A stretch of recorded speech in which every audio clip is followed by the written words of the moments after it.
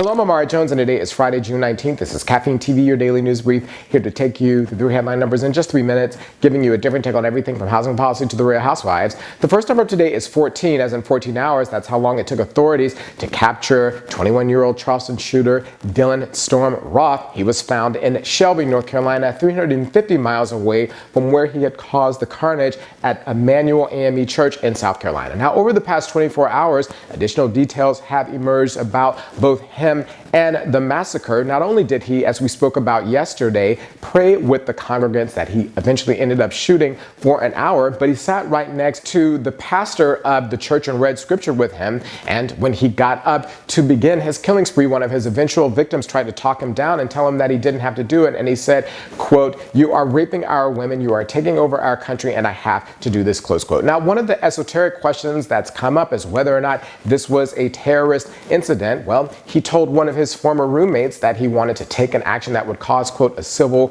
war," close quote. And there's a Facebook picture of him wearing the South African and Rhodesian flags from their periods of colonialism and apartheid. They were both white minority governments in Africa, which lorded over black majorities. So clearly politics was on his mind when he entered in the church. And since the definition of terrorism is a violent act in service to political aims, well, then he's a terrorist. But one of the questions in all of this is why people don't want to acknowledge that. And maybe it's because, as the Southern Poverty Law Center says, these incidents have been occurring once every 5 weeks over the past 5 years. And maybe that's more than most Americans are willing to deal with.